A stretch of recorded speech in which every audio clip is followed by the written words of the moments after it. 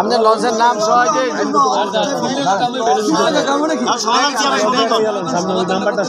বলতে পারেন কেন 60 টাকার ভাড়া সেখানে 180 টাকা নিচ্ছে তারপরে বাড়তি করে তাই নাকি 60 টাকার ভাড়া 180 টাকা দাম তো কমে গেছে এখন দাম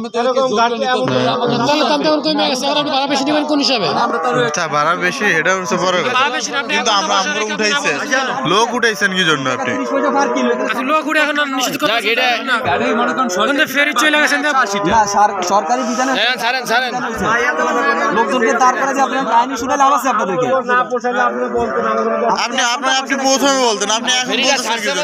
যেই ফেরিটা ছাড়লো ফেরি ছাড়ছে আপনি এখন বলতেছেন কি জন্য তাইলে তার মানে কি আপনি আমাদেরকে জিম্মি করছেন আপনি তো জিম্মি করে রাখছেন আমাদেরকে ফেরি ছাড়ার আগে আপনি বলতেন আপনি তো এখন জিম্মি করে রাখছেন এই লঞ্চের কর্তৃপক্ষকে আমাদের ডাকছে আচ্ছা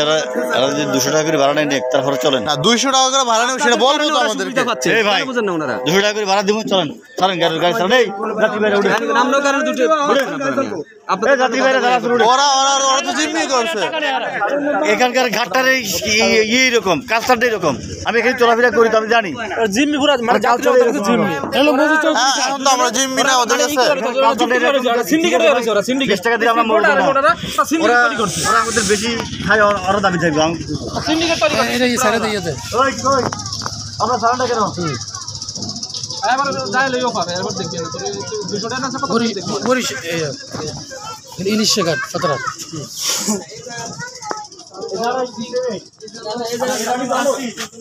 ওখানে